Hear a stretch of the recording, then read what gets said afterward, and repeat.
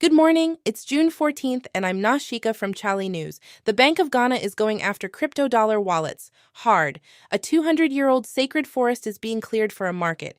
And Accra's waste system? Over 500 ababoya are stuck on the Mallam-Kasoa Highway right now. Let's get into it. The Bank of Ghana has drawn a hard line on crypto. Effective immediately, all banks, fintechs, and mobile money operators must sever ties with any crypto platform offering unauthorized US dollar wallets.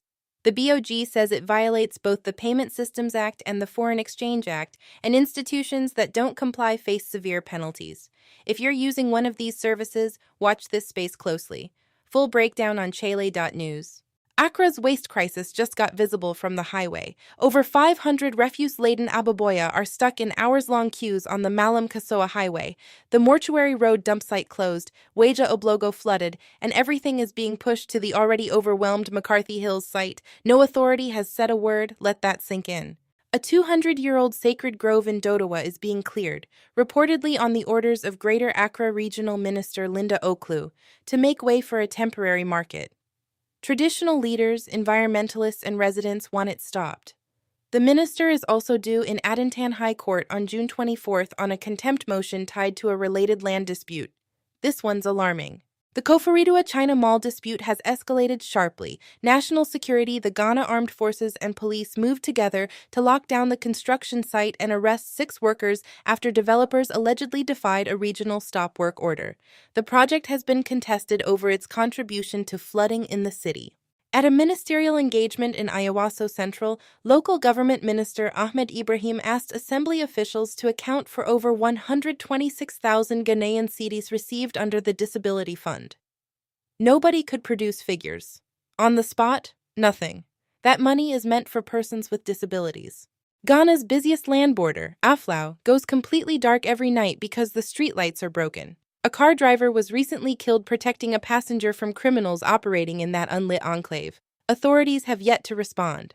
Update on the Nyinahin teacher case. The Judicial Service is pushing back on the viral story. Judicial Secretary Musa Ahmed says an internal review found no court record of anyone being told to settle with the assault victim, and that it was the prosecution, not the court, that dropped the case. Urgent one, share this. A new 2-person MoMo scam is spreading. One fraudster overhears your number at an agent's kiosk, a second accomplice elsewhere initiates a transaction, and you unknowingly approve it with your PIN. Always check the amount and recipient on your screen before you enter anything. Deeply disturbing news from the Volta region. Grave robbers dug up a 67-year-old woman's body from Ayawaso Cemetery just 3 weeks after her burial. A second grave was targeted, but the body wasn't removed. Police are investigating. No arrests yet. The Ghana National Fire Service has confirmed 3 dead in Saturday's VVIP bus crash near Zebilla, including a woman and a child. 3 others were hospitalized. An earlier feared count of 7 has been revised down, but 3 lives lost is still 3 too many. 43 children found doing hazardous work in Ada East in just 5 months, kids as young as 8 in fishing, salt winning, and street hawking. The disclosure came on World Day Against Child Labor. Communities are being urged to act. Thomas Partey turned 33 yesterday and spent it dancing and singing with Black Sheriff at the Black Stars Hotel, a video that went properly viral. Meanwhile, the Ghanaian government is lobbying Canadian authorities to reverse the visa denial that could keep him out of the World Cup opener against Panama on June 17th. Chale, the drama.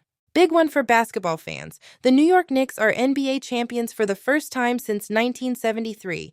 They beat the San Antonio Spurs 94-90 in Game 5 to close it out 4-1. New York erupted. Ghana's NBA fans, you know the conversations are already happening. Fans in Okada were celebrating South Africa's 2-0 World Cup loss to Mexico as payback for xenophobic attacks on Africans. The game produced 3 red cards, first time in 20 years. Bafana now face a must-win against Czechia on June 18th. And we'll end on this one.